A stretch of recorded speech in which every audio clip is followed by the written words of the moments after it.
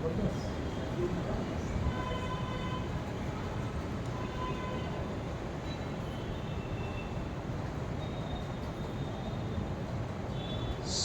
పురుషుడు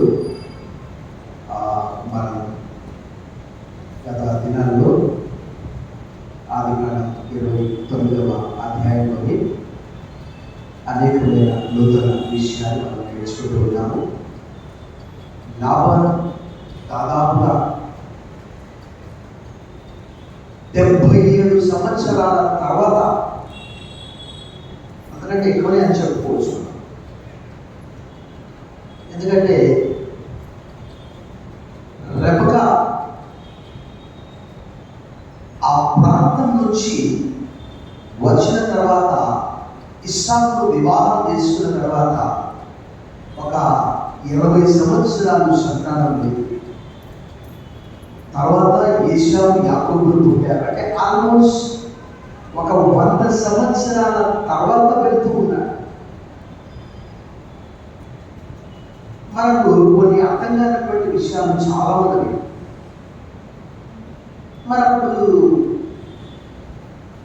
రెబెకాను పంపించే సమయంలో 24వ అధ్యాయంలో లాబాను మనకి ఇప్పటికీ కొన్ని చాలా కష్టం. వేల మందికి నువ్వు తల్లి బదులు కాక అని అన్నాడు. ఆదికాండం 24వ అధ్యాయము 60, 61, 62 వచనాల్లో, మా సహోదరి నువ్వు వేలకు తల్లి బదులు కాక. ఎవరన్నారు మాట? లాబాను. అదే లాబాను దగ్గరికి ఇప్పుడు ఎవరు వెళ్తున్నారు?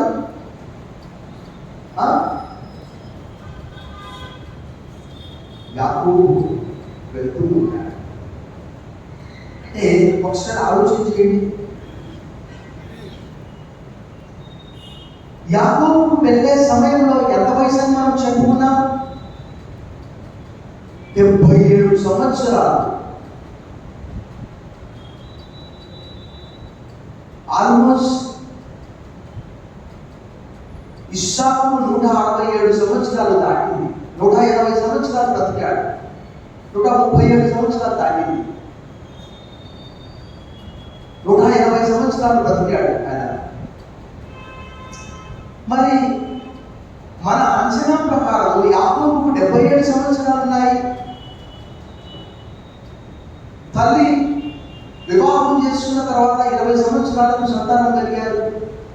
77, ఒక 20, 87, 97 సంవత్సరాలను మనం చెప్పుకోవచ్చు.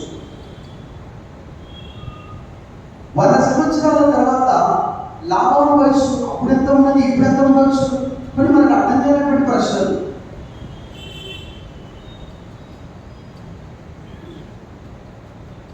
ఇరవై 29వ అధ్యాయము మనం నేర్చుకోవలసినటువంటిది 9వ వచనం నుండి.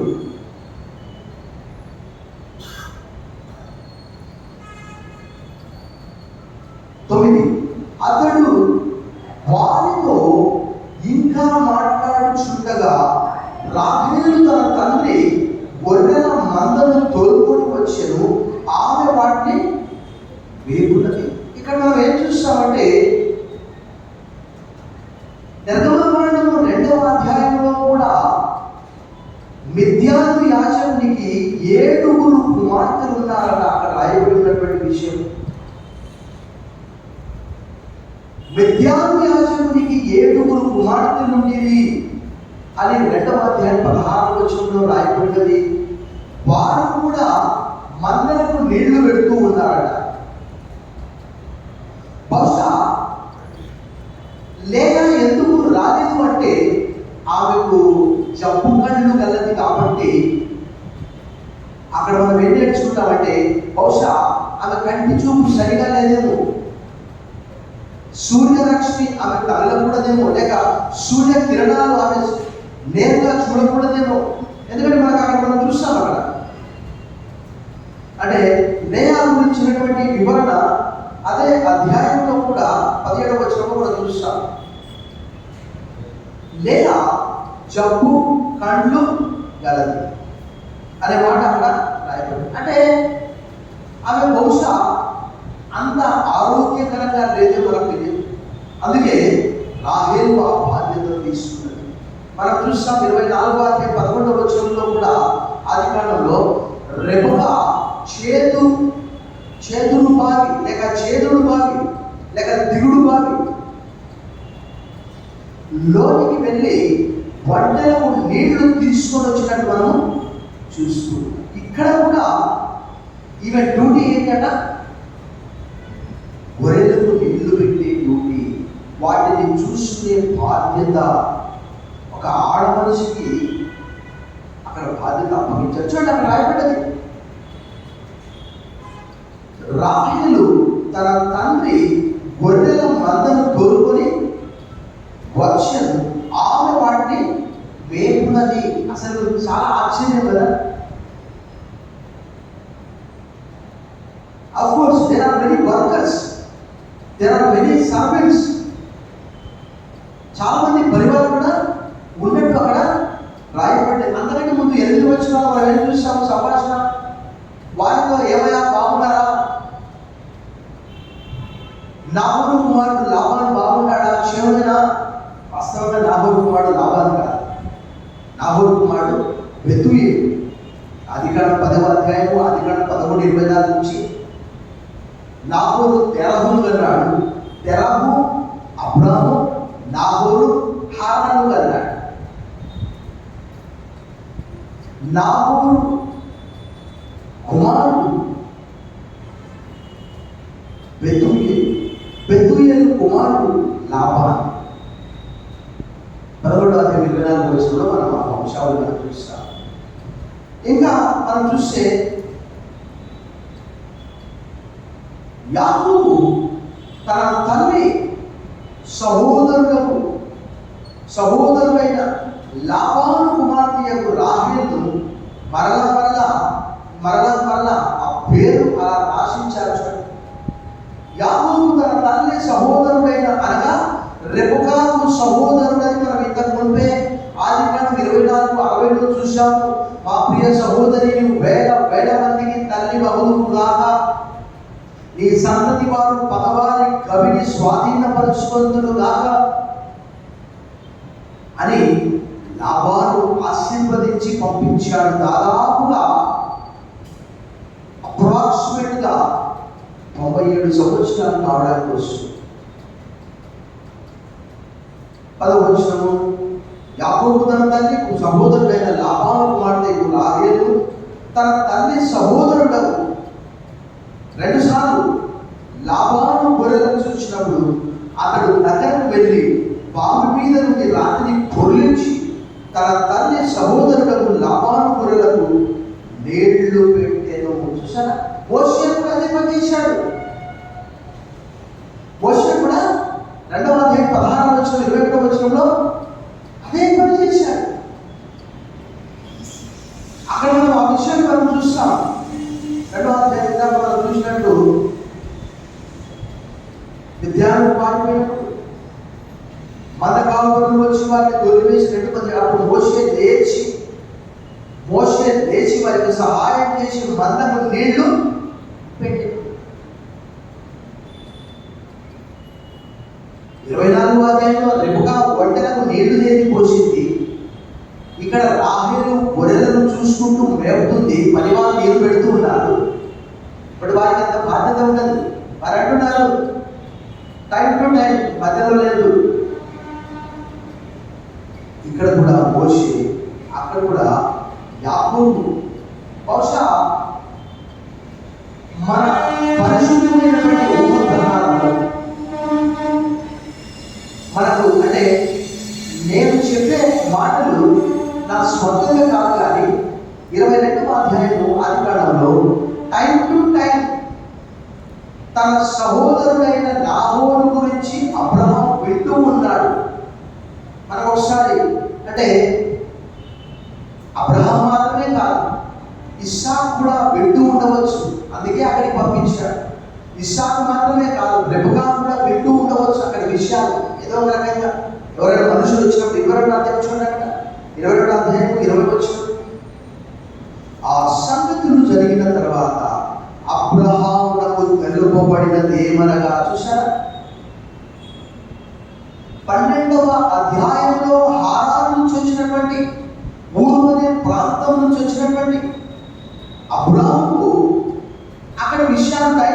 తెలుస్తున్నాయి.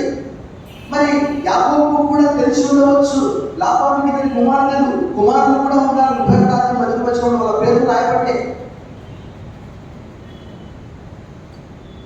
రెబెకా చెప్పవచ్చు, అయా యాకోబు, ఇగో మీ మామకి ఇద్దరు పిల్లలు ఉన్నారు చూడు. అక్కడ రాయబడ్డ మాట. ఆ సంగతులు జరిగిన తర్వాత అబ్రహాముకు తెలుపబడినది ఏమనగా, మిల్కా అను ఆమెయు నీ సహోదరుడు నాహోరునకు పిల్లలను కనెను.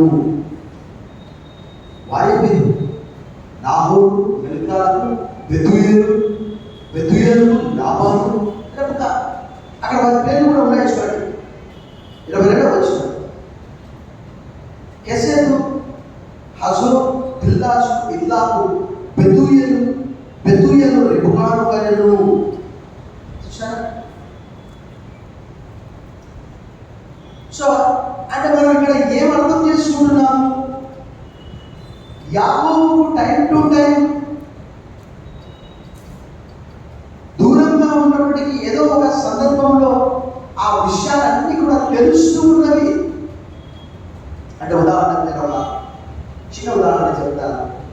నేను మామూలుగా మా అమ్మ ఫోన్ చేసినప్పుడు ఆమె ఏం చెప్తున్నదంటే, అయ్యా మన ఊళ్ళో పలానా చనిపోయాడు. నేను అక్కడికి వెళ్ళను, చాలా తక్కువ, రేర్. బట్ ఏం చెప్తున్నది, ఫలానాయన మన పొరుగైన ఫలానాయన చిన్న వయసులో చనిపోయాడు అని చెప్తూ ఉంటాడు. అలాగే యాకోబు ఆ విషయాలన్నీ కూడా తెలిసాయి కాబట్టి, మరి ఇంకొక విషయం ఏంటంటే, చాలా ప్రాముఖ్యమైనటువంటి విషయము, పరిశుద్ధాత్మదేవుడు మనకు తెలియజేసేది ఏంటంటే, యాకోబు వెళ్ళడానికంటే ముందుగా లాబాను అంత ఆస్తిపరుడు కాదు. ఒకసారి చూడండి, 30 చూడండి.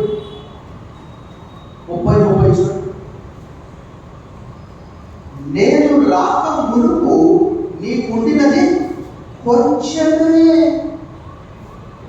గొర్రెతో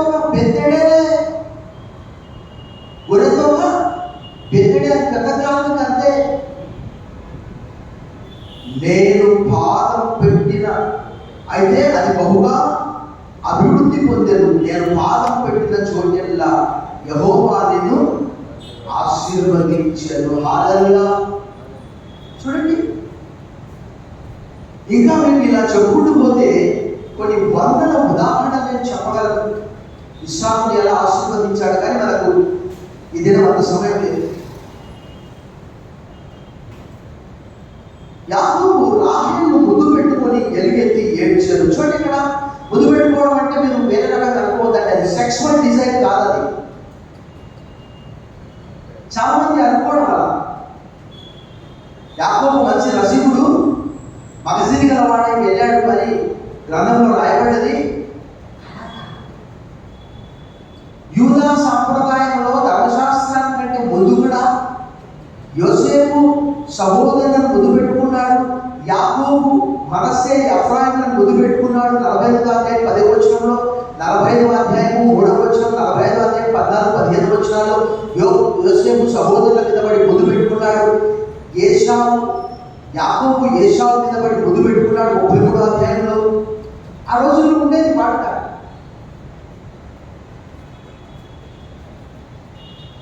పాత నిబంధన గ్రంథంలో కూడా అలాంటి చాలా మనం చూస్తాం. కొత్త నిబంధనలో కూడా పౌలు గారు పరిశుద్ధమైన ముద్దు పెట్టుకోండి అంటాడు. సరే, ఇప్పుడు ఏంటంటే కొన్ని కారణాల బట్టి మనం, కాబట్టి అది ఆ వేరే రకమైనటువంటి ముద్దు కాదు. కానీ ఎందుకు ఏడ్చాడంటే, చాలా కాలం తర్వాత తన మామ దగ్గరికి రావడం, దూరం ప్రయాణం నుంచి, కష్టం నుంచి, నష్టం నుండి, దుఃఖం నుండి, బాధ నుంచి వచ్చాడు. కాబట్టి ఒక రకమైనటువంటి సంతోషం కలిగిందానికి సంతోష సంబంధమైనటువంటి ఏడుపు అది. కొన్నిసార్లు ఆ పిల్లలకు ఉద్యోగాలు వచ్చినప్పుడు, పిల్లలకు వివాహాలు జరిగినప్పుడు తల్లిదండ్రులకు ఏం జరిగితే ఆనంద బాష్పాలు, అవునా కదా, సంతోష సంబంధమైనటువంటి బాష్ప బిందువులు. అలాగే ఆయన ముద్దు పెట్టుకొని ఏడ్చాడు. ఇంకా ముద్దు గురించి నేను ఎక్కువగా చెప్పదలుచుకున్నాను, ఎందుకంటే చాలా మంది వేరే రకంగా ఆలోచన చేస్తారు. అది సెక్సువల్ సంబంధమైనటువంటి ముద్దు కాదు అక్కడ నేను చెప్పినట్టు. మరియు యాకోబు తాను ఆమె తండ్రి బంధువుడని చూడండి, యాకోబు తాను ఆమె తండ్రి బంధువుడని రెబెకా కుమారుడని రాహేలుతో చెప్పినప్పుడు ఆమె పరిగెత్తి పోయి తన తండ్రితో. ఈ విషయాలన్నీ కూడా మనం ఆదికాండం 24వ అధ్యాయంలో కూడా చూస్తాం. రెబెకాతో ఎలియెజర్ అనే వ్యక్తి, ఏమా మీ ఇంట్లో మేము ఉండడానికి స్థలం ఉందా? ఉంది. ఇక్కడ మనం జాగ్రత్తగా గమనిస్తే అక్కడ రెబెకాకు తల్లి, ఇక్కడ రాహేలుకు తల్లి ఉన్నట్టు కూడా ఎక్కడ రాయబడింది. ఒకసారి మనం చూసాం 24వ అధ్యాయంలో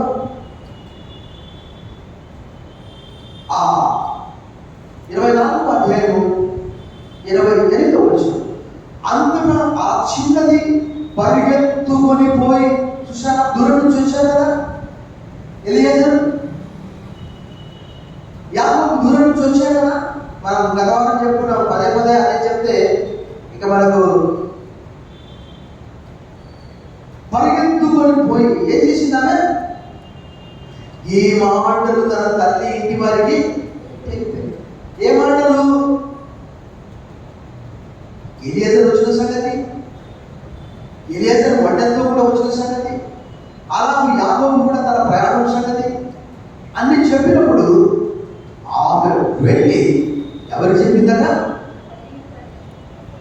తండ్రితో చెప్పిందట. ఇక్కడ రెబెకా తల్లి కుటుంబీకులతో చెప్తే ఇక్కడ తండ్రితో చెప్పినట్టు రాయబడిన విషయం. తల్లి అప్పటికి చనిపోయి ఉండొచ్చు, మనకు తెలియదు. అన్ని నేర్చుకోవాలంటే మన జీవితకాలం అంతా కూడా సరిపోతుంది. లాబాను తన సహోదరి కుమారుడైన, అంటే ఎవరు ఏం చెప్పుకున్నాం? 24వ అధ్యాయం 20వ వచనంలో, 24వ అధ్యాయంలో 22వ అధ్యాయంలో 20 నుంచి ఏం చెప్పుకున్నాము? నాహోరు మిల్కాలకు బెతూయేలు, బెతూయేలుకు రెబెకా, లాబానుకు ఇద్దరు కుమార్తెలు లేయా, రాహేలు. కుమారుడు కూడా ఉన్నట్టు 31వ అధ్యాయం మొదటి వచనంలో రాయబడింది. వాళ్ళ పేరు మనకు తెలియదు. మరి యాకోబు తాను ఆమె తండ్రి బంధువుడని రెబెకా కుమారుడు రాజుతో చెప్పినప్పుడు ఆమె పరిగెత్తి తండ్రితో చెప్పిన. లాబాను తన సహోదరి కుమారుడైన యాకోబు సమాచారం విన్నప్పుడు అతని ఎదుర్కొనడానికి పరిగెత్తుకుని వచ్చి అతని కౌలు నుంచి ముద్దు పెట్టుకుని తన ఇంటికి తోడుకొని. చూసారా, ఇక్కడ కూడా లాబాను యాకోబును ముద్దు పెట్టుకుంటున్నాడు. ఆ రోజుల్లో అలాంటి సంప్రదాయం కదా. మనం ప్రతి రాష్ట్రంలో ఉదాహరణకు మనం చెప్తూ ఉన్నాం. అంటే కొన్ని రాష్ట్రాల్లో వివాహం అయితే మన పొరుగు వారి బంధువుల గురించి నేను కొన్ని చూశాను. రాజస్థానీ వారి వివాహం జరిగినప్పుడు వారి వివాహం అయిన తర్వాత ఏం చేశారంటే పెద్దల ఆశీర్వాదం తీసుకోవడానికి వరుసగా ఒక్కొక్కరి కాలు ముందు వదులుతారు. మరి ఇక్కడ దూరం నుంచి వచ్చినటువంటి వారికి ఆహ్వానించడానికి లేక ప్రేమిస్తున్నామని చూపించడానికి వారు ఏం చేస్తున్నారు? ముద్దు పెట్టుకుంటున్నారు. యాకోబు రాజును ముద్దు పెట్టుకున్నాడు, లాబాను యాకోబును ముద్దు పెట్టుకుంటున్నాడు. అక్కడ చూడండి, అతని కౌకి నుంచి ముద్దు పెట్టుకొని తన ఇంటికి తోడుకొని పోయి అతడు ఈ సంగతులను నీవు లాబానుతో చెప్పాడు. ఏ సంగతులు? అయా మామా, ఓ మై డియర్ మేనమామ, నేను ఇలా చేశాను. 27వ అధ్యాయంలో ఈగ దొంగతనంగా తీసుకున్నాను. మా ఆయన నన్ను చంపడానికి ప్రయత్నం చేశాడు. మా అమ్మ మా నాయన అన్నాడు, ఒరే ఒక్కరోజే ఇద్దరిని ఎలా పోగొట్టుకునేది, నువ్వు మామ దగ్గరికి వెళ్ళిపో, మామ కుమార్తెను పెళ్లి చేసుకో అని అమ్మ నాన్న చెప్పారు. నా ప్రయాణం అంతా ఇలా సాగింది. ప్రయాణంలో దేవుడు నన్ను ఎదుర్కొన్నాడు. 20వ అధ్యాయంలో ఇలా అన్నాడు, నాతో నీ సంతానాన్ని నేను ఆశీర్వదిస్తానని చెప్పాడు. మరలా నీ తండ్రిని తీసుకొని వస్తానన్నాడు. ఓ అలాగా అల్లుడు,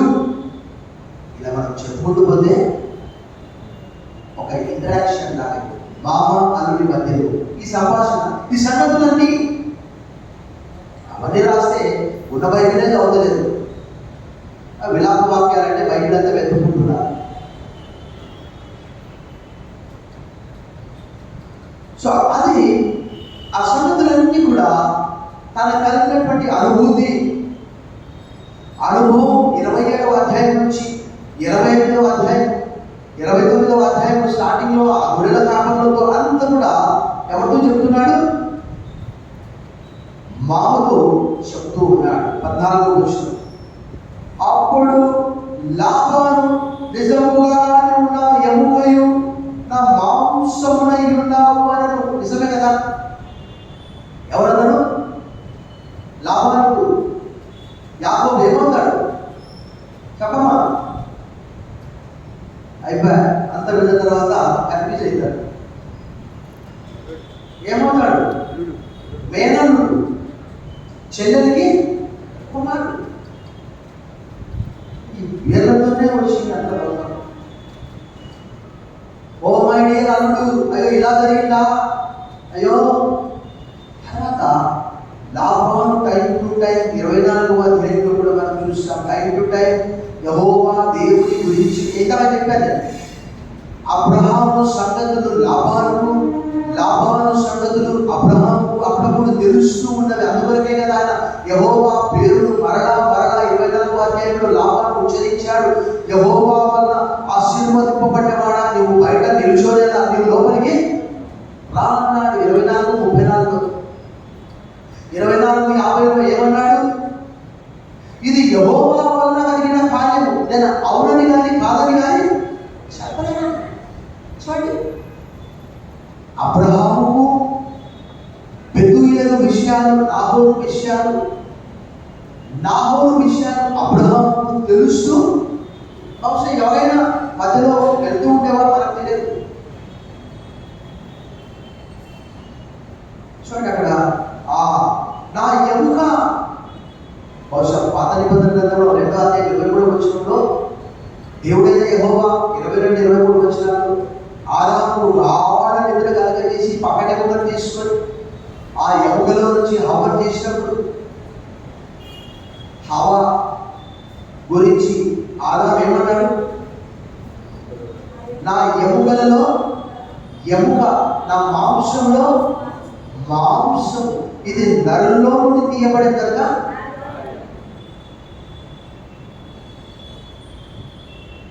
అనేక చోట్ల ఉన్నవి. దావీదును కూడా వారు అంటూ ఉన్నారు, చాలా చోట్ల దావీదుతో కూడా అన్నారు, నువ్వు మా ఎముక, మా రక్తము అన్నారు సమయం 2వ గ్రంథంలో. ఇంకా న్యాయాధిపతులు 9వ అధ్యాయం 2వ వచనంలో కూడా అబీమెలెకు గిడియోను యొక్క కుమారుడు కూడా ఇలా అన్నాడు. చూడండి ఒకసారి, న్యాయాధిపతులు 9వ అధ్యాయం 2వ వచనంలో అతను కూడా, మీరు దయచేసి షెకెము యజమానులందరూ పెట్టినట్టు వారితో మాట్లాడి మీకు ఏది మంచిది? యెరుబ్బయలు యొక్క కుమారుడైన 70 మంది మనుషులందరూ మిమ్మల్ని ఎరుట మంచిదా,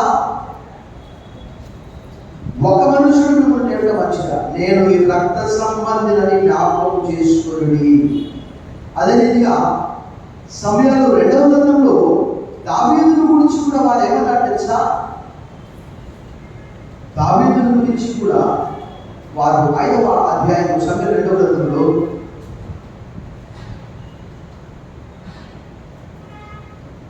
వారు ఎలా అన్నారు?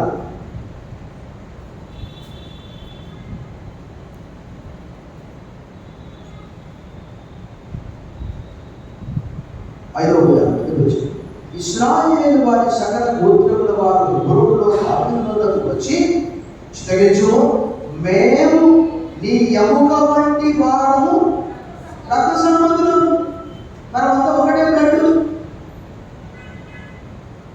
అని అంటూ ఉన్నట్టు మనం చూస్తున్నాము. అలాగే ఇక్కడ కూడా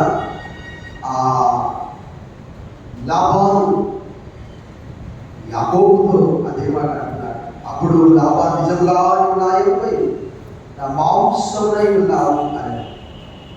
అతడు నెలదినము అతని వద్ద నివసించిన తర్వాత ఈ సాయంకాలము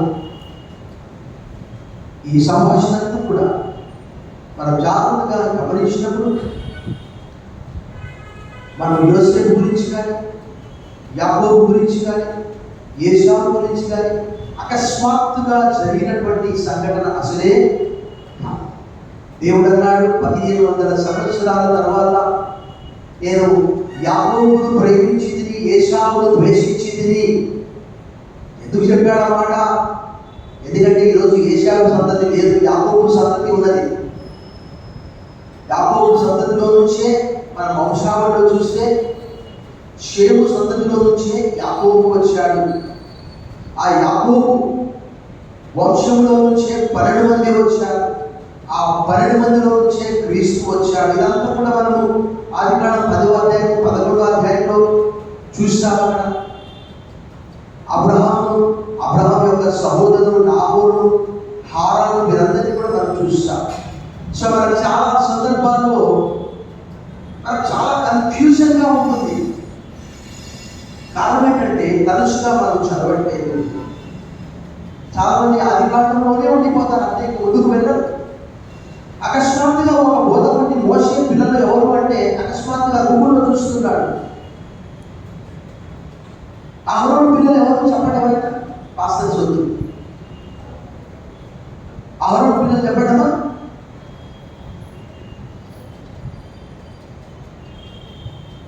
నెక్స్ట్ పాస్టర్స్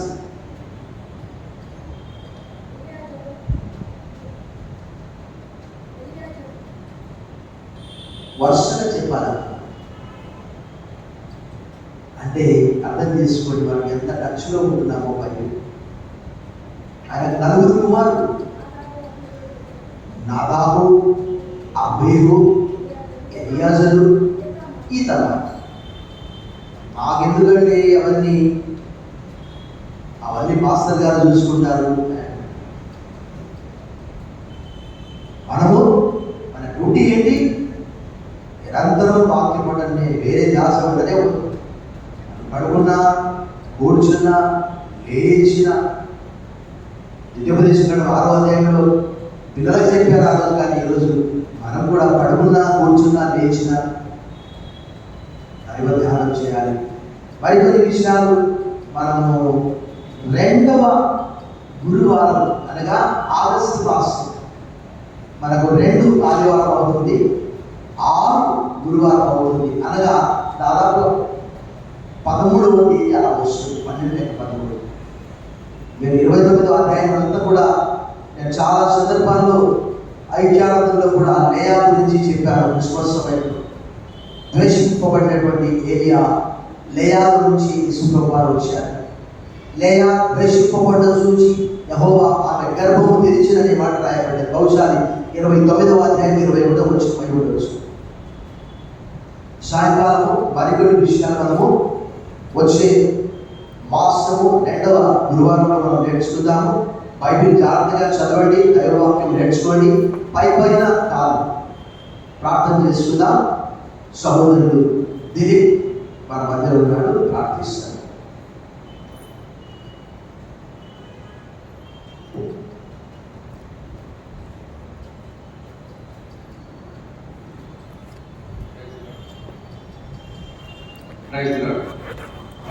పరిశుద్ధ తండ్రి నాయన, ఈ సాయంకాలం సమయం తండ్రి ఈ యొక్క బైబిల్ స్టడీ తండ్రి నాయన ఆదికాండం 29వ అధ్యాయం ద్వారా నేను మాతో మాట్లాడిన తండ్రి నాయన, మేము బైబిల్ క్రమంగా నాయన ధ్యానించే విధంగా తండ్రి నాయన మా యొక్క ఆయన పాస్టర్ గారు చెప్పే వాటిని ఇక్కడ విని వదిలేయకుండా తండ్రి నాయన మేము వాటిని నిరంతరము ధ్యానించే వారిగా ఉండేది మాకు నేర్పించింది తండ్రి నాయన. ఇక్కడికి వచ్చిన ప్రతి ఒక్కరిని పేరు జీవించింది నాయన. మేము మా యొక్క గృహాలకు వెళ్ళుండగా మా యొక్క మార్గంలో మీ తోతో కాపుదల వచ్చింది తండ్రి. మళ్ళా బేస్తవారం నెక్స్ట్ వచ్చే బేస్తవారం కూడా నేను ఇంకా ఎక్కువ మంది తండ్రి మీరు దీన్ని నడిపించడానికి ఈ యొక్క ధ్యానాన్ని కొనసాగించే బాధ్యత కలిగేది. చిన్న ప్రార్థన త్వరలో రావాలని నజరేయుడైన యేసుక్రీస్తు వారి పరిశుద్ధ నామములో వేడుకున్నాం తండ్రి. ఆమేన్. పరమ తండ్రి అయిన దేవుని ప్రేమ, కుమారుడైన యేసుక్రీస్తు వారి ఆశ్చర్యమైన కృప, పరిశుద్ధాత్మ దేవుని యొక్క అన్యోన్య సహవాసం మనందరికీ సదాకాలం తోడైండుగాక. Amen. God bless you all.